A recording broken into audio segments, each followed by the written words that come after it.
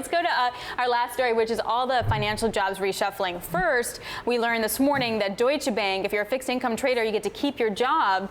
Really? Really? So this is interesting on two levels. On one hand, there was a bit of uncertainty around this division of the bank, given that they said that they would resize the fixed income division. But with that said, with equities gone, fixed income really has to carry the weight in the investment bank. Not to mention, it's a massive fixed income division, right? In the U.S., this commercial real estate business goes head to toe with JPMorgan, for example, and in structured finance as well. They're one of the top.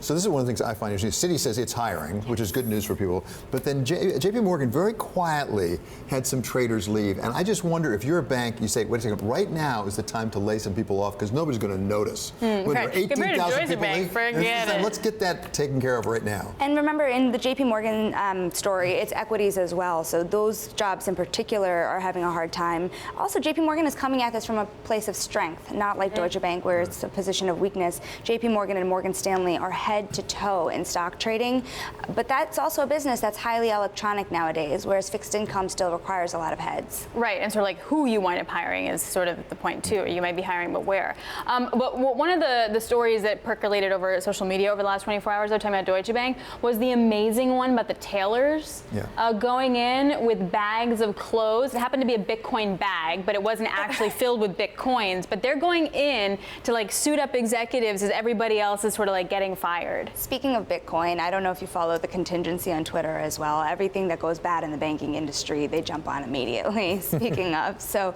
if you want to look at that part of Twitter as well, they have a lot of commentary about both that picture and what's happening at Deutsche Bank. And in fairness, those gentlemen walking in were not Deutsche Bank employees. They were tailors. Right. And they said, sorry, we weren't following. We didn't know. But someone should have called and been like, not today. Not today. Why don't you come to our office tomorrow? Right now? Yeah, well, why don't we do it when the article comes out about Deutsche Bank actually giving pay raises to people that they want to keep, and then just pair it all together and then just take it all out with the trash. They have to pay people to keep them around if they want to keep them.